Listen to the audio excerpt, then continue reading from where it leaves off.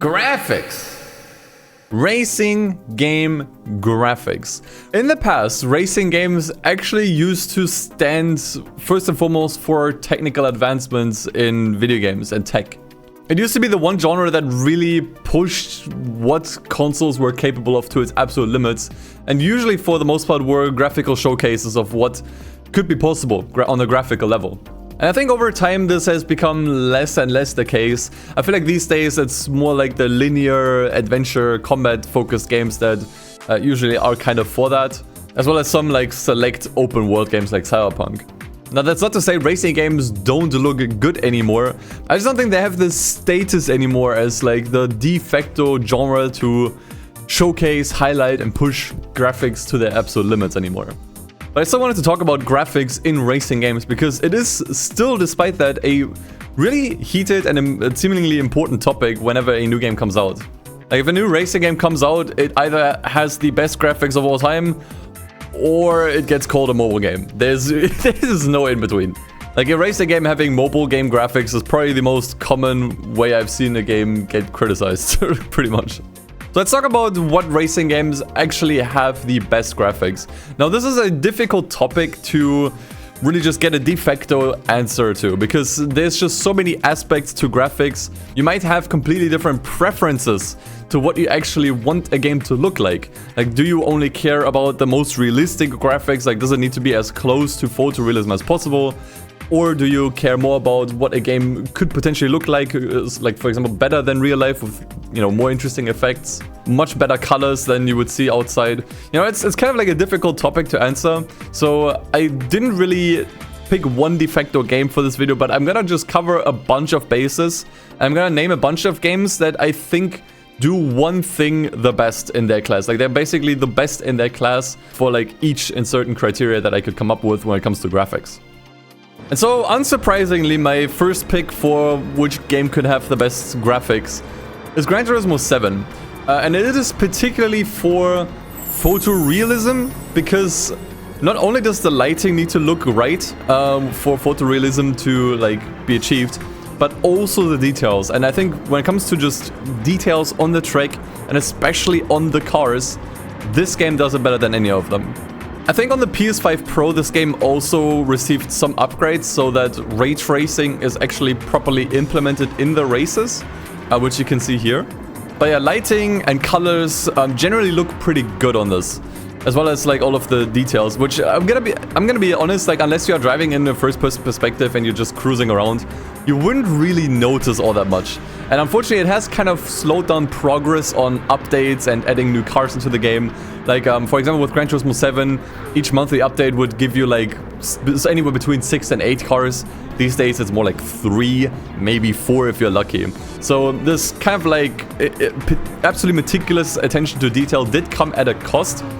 However, it's hard to deny that, you know, there is some appeal to this. And this game genuinely, considering especially that this is still like a PlayStation 5 game at this point, which the PlayStation 5 hardware at this point is kind of outdated. It doesn't suck, but these days we do have, you know, much better hardware available on PCs.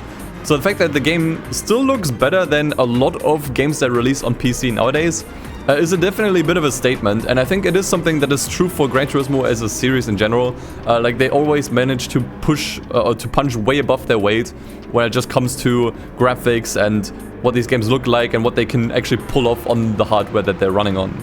And I will also give some bonus points here for replays that look absolutely fantastic. Now you could also apply the same to scapes, because the scapes mode is pretty much kind of like, I mean, it's more of a photo mode, I guess. You know, the replays and scapes mode, I think, also just kind of like highlight how good this game can actually genuinely look. In fact, the scapes mode works, if you've not played this game before, works in a way where, you know, the cars are being rendered in the game, but they're put in, like basically in front of real scenes, like real photographs. And this, to me, I gotta be honest, is still some wizardry to this day. Because this is incredibly hard to get right. Like, pre-rendered backgrounds have been around since pretty much the PlayStation 1 era. And this might genuinely be the only racing game that does it. And I think it does it extremely well, especially because since they are going for a photorealistic look, this is incredibly difficult to get right. Because the cars can very easily look out of place if the graphics are not up to par. And I think there is maybe a few scenes in the escapes mode where you can kinda tell this isn't, you know, real. But I think with these, you can easily fool someone into thinking this is like just a genuine actual photograph. Which I think is super sick. And in the escapes mode, you can also just kind of like gush over like all of the intricate car details a little bit more. So yeah, when it comes to photorealism and details, which I think is like pretty much the main thing people really look for when they, you know, want to play a racing game with realistic graphics, I would give it to Gran Turismo 7. This one probably still takes the cake when it comes to just, you know, these main aspects. But obviously there are a lot more things to consider when it comes to graphics in video games and especially racing games. Let's go over a few more games. Another game that I definitely feel like I should mention is Forza Horizon 5. And this one's primarily for open world driving and the environment in general. Now, in saying that, I actually do not think that Horizon 5's environment is that believable, mainly because it is very static, and if you actually like slow down, you'll notice how dead and barren a lot of places really are, which I think kind of hurts the immersion. But since in Gran Turismo 7 you're usually on racetracks, which, you know, have like a certain look to them, you know, obviously being in the open world is a little bit more believable, so to say. And I think when it comes to open world driving, this game probably pulls it off the most convincingly, I would say. Now, there are definitely certain caveats with this game as well. I already mentioned like how the environment doesn't really feel very lived in. Like, you'll see like various booths and stuff just being completely empty, which, you know, does hurt the immersion a little bit. As well as like the car models themselves usually being not as detailed or accurate as they should be. However, in the right circumstances, with the right weather, in the right locations, with the right cars, this game can look quite good. I do think, however, I miss the previous look the Horizon series had, which went for more of a vibey approach, more of an atmospheric approach. I think with Horizon 5, they went with this way more like realistic, photorealistic look, which, to their credit, I think they managed to achieve quite well. But as I said earlier, it did come to the detriment of just the game itself feeling a little bit more dull. And maybe in the future, I will make a video on just kind of like making this game feel a little bit more like the older Horizon games. Let me know if that's something you want to see. Yeah, I think still overall it would be a big lie and kind of disingenuous to say this game does not look good. Once again, like, especially if you're out on the countryside like here, this game can look incredible. It genuinely has some of the best skyboxes I have ever seen. In general, like, the sky looks incredible and the clouds, it all looks fantastic. In fact, I think in particular in Horizon 3, I'm not sure if they still use this tech to this day, but in Horizon 3, the skybox was actually a video. It was like one thing they like really like talked about a lot back in the day when Horizon 3 was still coming out. Is that they actually went outside and recorded the real Australian sky with like an absurd like 8K camera of sorts and then just put it in the game like that. I'm not sure if they're still using that same tech to this day, but regardless, like, the sky looks incredible. And as I said earlier, under the right circumstances, I think Horizon 5 just wins in terms of open world driving and open world immersion. With the only caveat being, don't look too closely at things, just kind of like take things in as a whole, and yeah. And now here's a game that I think a lot of you weren't really expecting, because I very rarely ever talk about bike driving games and motorcycle games. But Ride 5 is actually a game that, you know, wasn't really on my radar, but while doing like a bit of research for this video, this got brought up a lot in previous discussions on what racing games has the best graphics. And I was pretty impressed. Now, I think what this game nails the most is probably the immersion. So obviously the game has a pretty photorealistic look to it all, you know, like when it comes to just the lighting and the colors. I think when it comes to like the actual details and fidelity, I think Gran Turismo 7 is still like a little bit more on top. But when it comes to immersion, it's not just about the details and the lighting, but also just how it all is presented.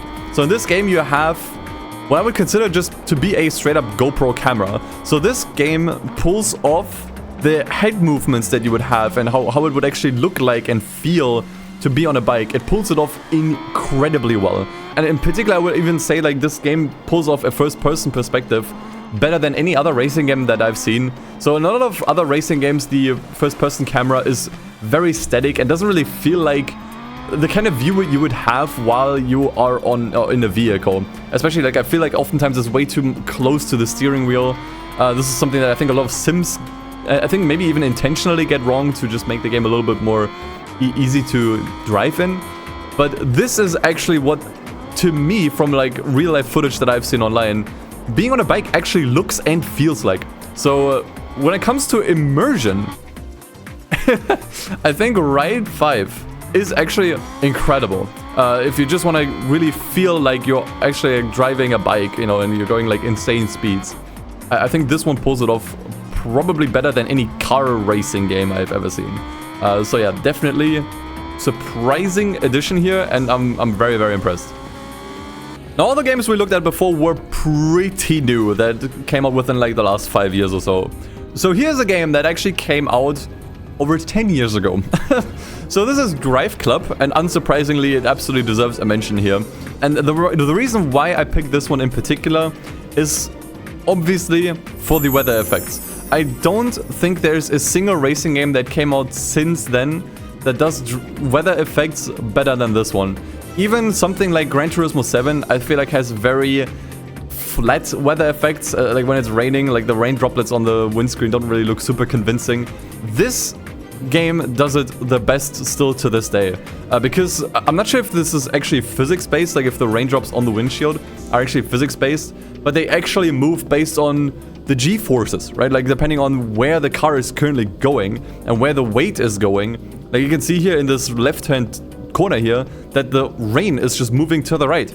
So this is insane to me. Like this was insane to me back then, and the fact that there hasn't really been a single game that really came even close to depicting weather and rain like this, I think really speaks for this game and how much this game really pushed the tech at its time. Especially because you have to consider this game came out when the PlayStation 4 was still brand new. Like the hardware wasn't really like properly like experimented with by a lot of developers. So they really, I think, already started to push the PlayStation 4 and what it was really capable of. Now, unfortunately, since this game is to this day only like a PlayStation 4 exclusive, I think you can play it on a PlayStation 5, but it doesn't actually get any improvements or enhancements on the PlayStation 5. That does mean that this game is kind of like held back by the tech to some way. So this game only runs at 1080p in 30 FPS, which, like, admittedly does hold the resolution and the frame rate extremely well, but that's just kind of all you're ever seeing, which in some kind of weird way does make this game look a little bit more cinematic in a weird way. It doesn't really take away from the fact that this game still has incredible weather effects. But to be honest, even outside of the weather effects, this game looks incredible. I think the car models look fantastic. The reflections look great. The lighting is also incredible, especially in the interior at night. So it's definitely not just the weather effects that look good here. I don't want to make that point.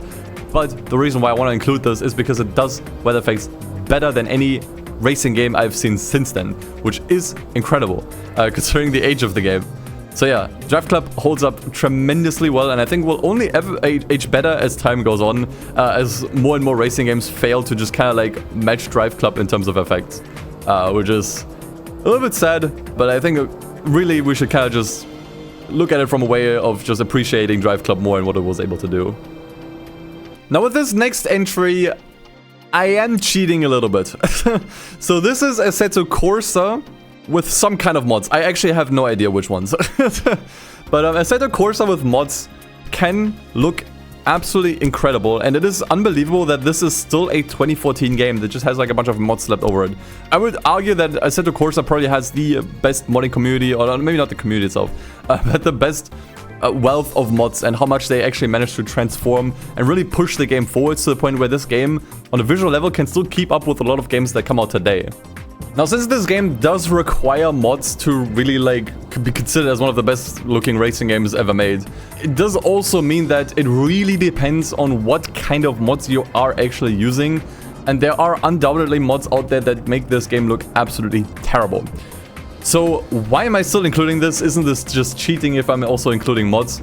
I think the reason why I would like to, or would have liked to include this video regardless, is because of the adaptability, which I know is kind of like a weird term, so let me explain. So if we consider that there are countless of mods out there that can completely transform the way the game looks, it automatically means that you can really make this game look however you want to. So you can go for a super photorealistic look that really comes close to what, you know, the world looks like outside.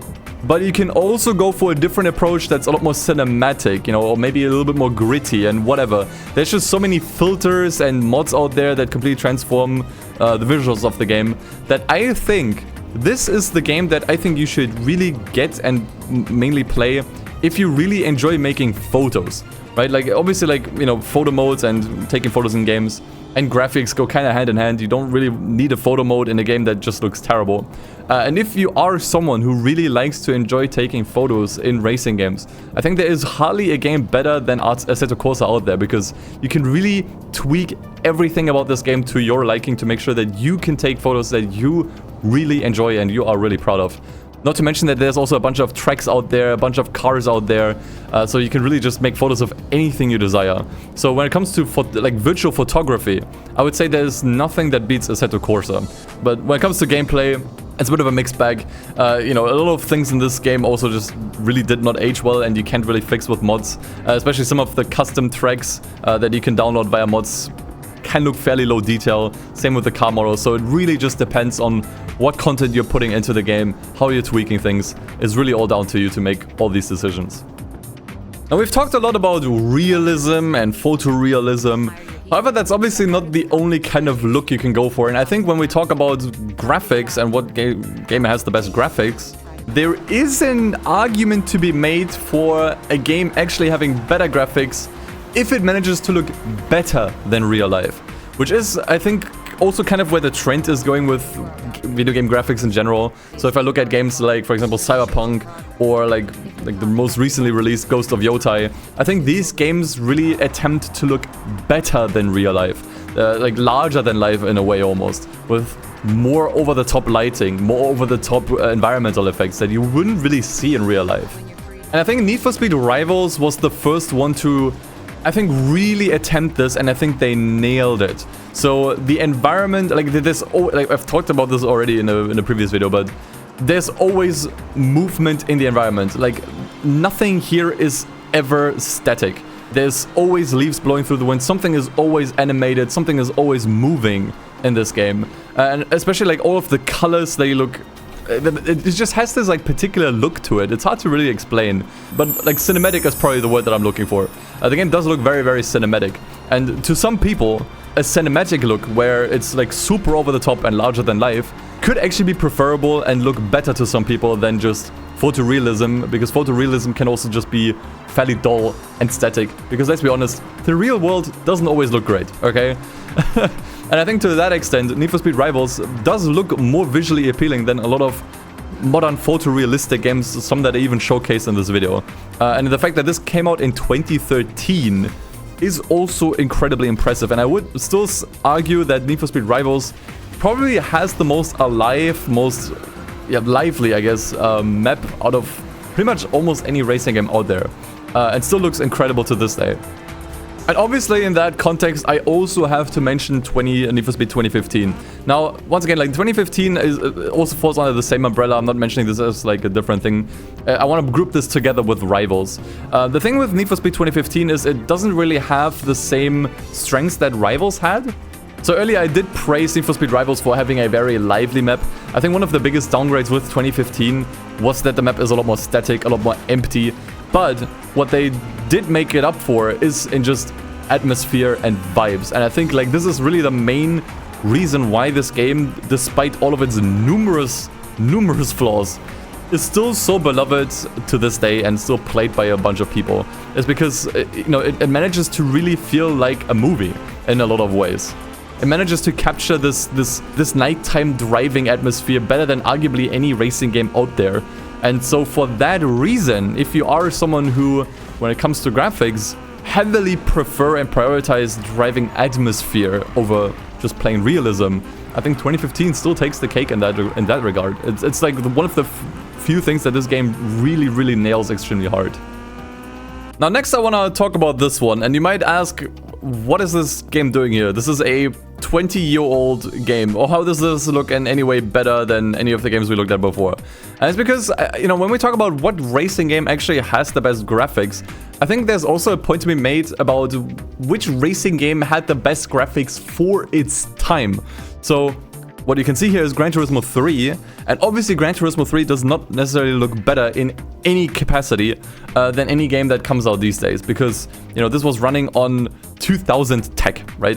Tech from the early 2000s. However, I think there is a good point to be made for this game having the absolute best graphics for the time it came out in. So this game came out in 2001, And I cannot come up with any game that looked any way even remotely like this in 2001.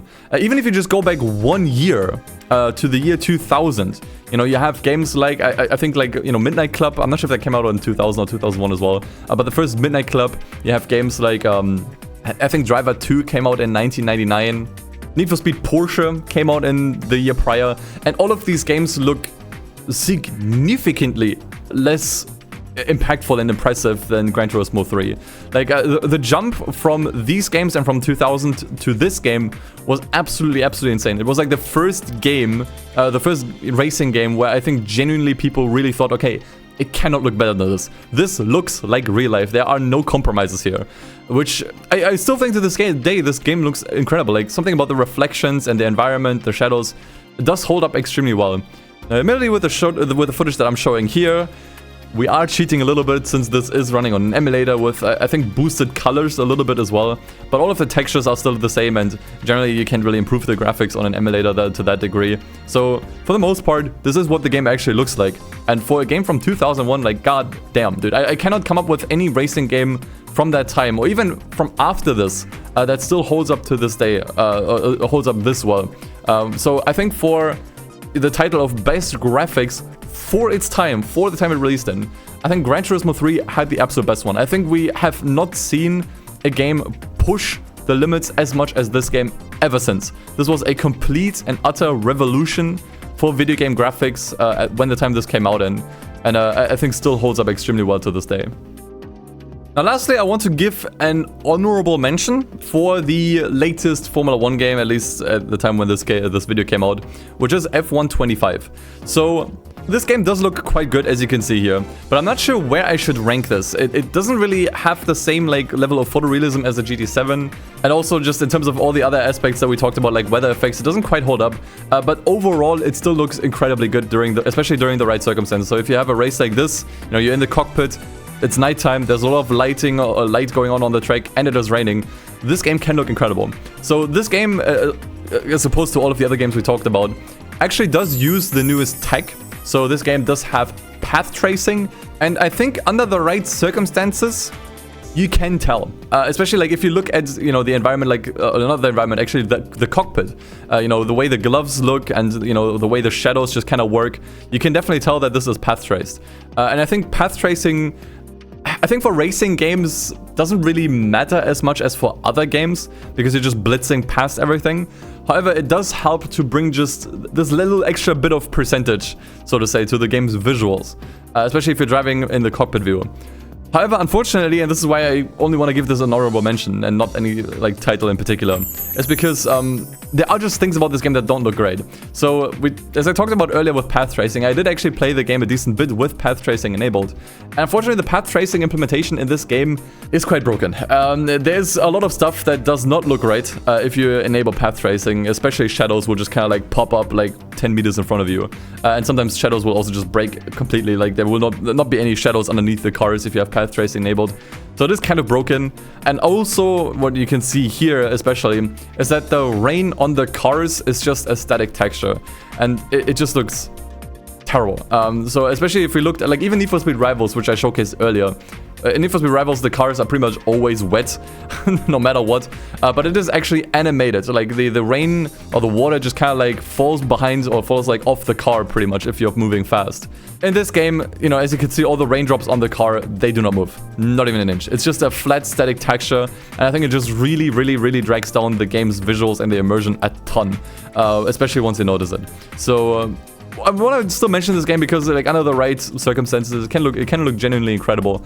But there are just a lot of things that hold this back, for example the broken path tracing implementation, as well as all the static textures with the rain, that just kind of holds this game back from really having me put it into any definitive categories. But despite that, it's still an incredible looking game that I think definitely deserves an honorable mention. And so yeah, these were pretty much all the games that came to mind when thinking about which racing game actually has the best graphics. As I said earlier, there isn't really any game that I would say definitively has the best graphics amongst all of them. It really depends what you are looking for, what you are looking at especially, and what kind of visual style do you prefer. Do you think that pulling off photorealism is better than pulling off a larger-than-life, more animated environment? It really depends on your definition of what you consider good graphics. I think all of these games do their thing quite well, as I have showcased in this video multiple times. I think all of these games have something they bring to the table, and I think they all look fantastic. All of these in their own right look absolutely phenomenal and hold up incredibly well. However, this was obviously only a very small slice of what's out there in terms of video game graphics and racing games in general. So tell me if there are any racing games that you would also consider to have amazing graphics in a particular way. Tell me about it in the comments. There's undoubtedly some stuff that I didn't mention that I kind of forgot about. So if there's any other games you had experiences with where you really like were actively noticing like, oh my god, this is actually like, this looks incredible. Tell me about them in the comments. Tell me what you think looks good about them. And yeah, that's it for today's video. Thanks so much for watching. Take care, take it easy, and as always, peace. See you guys.